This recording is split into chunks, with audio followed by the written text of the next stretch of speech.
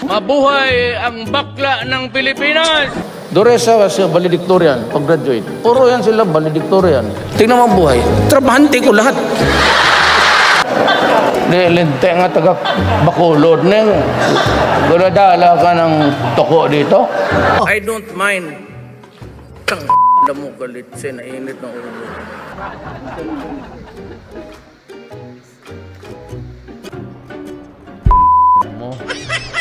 Mayor Tommy Osmeña, Attorney Mike Toledo, Secretary Ace Durano. Wala ako nakilala dito. Bukag talo na ako dito sa butuhan. Hindi, ganito na lang. Yung hindi natawag dito ng dalawa, dito na kayo sa akin.